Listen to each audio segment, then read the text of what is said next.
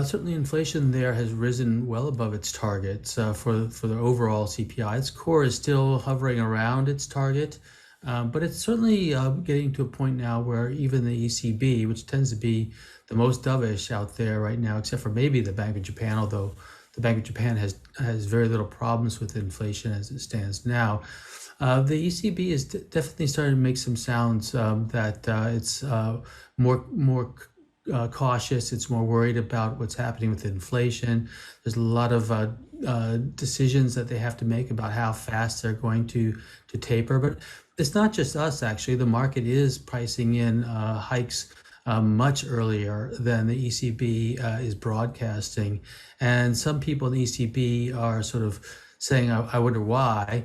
But I think it's because the inflation situation is much more significant than the market believes is much more significant than the ECB does.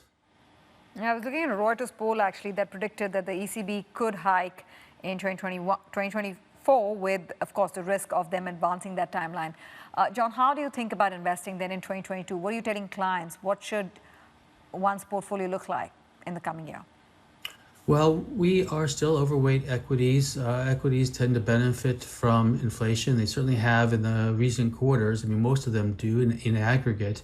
And earnings expectations have risen despite inflation and despite wage gains and whatnot, all the troubles that have occurred. At least U.S. corporate profits and European corporate profits have done very well. Japanese too, despite all of this. So we're still positive on global equities. We are not positive on bonds. So we would probably have a much higher cash weighting than most people would at this stage. But in general, yes, we're still looking at consensus economic growth. So we like individual stocks as opposed to targeting value versus growth or something thematic like that. But essentially, yeah, we're still very positive on equities.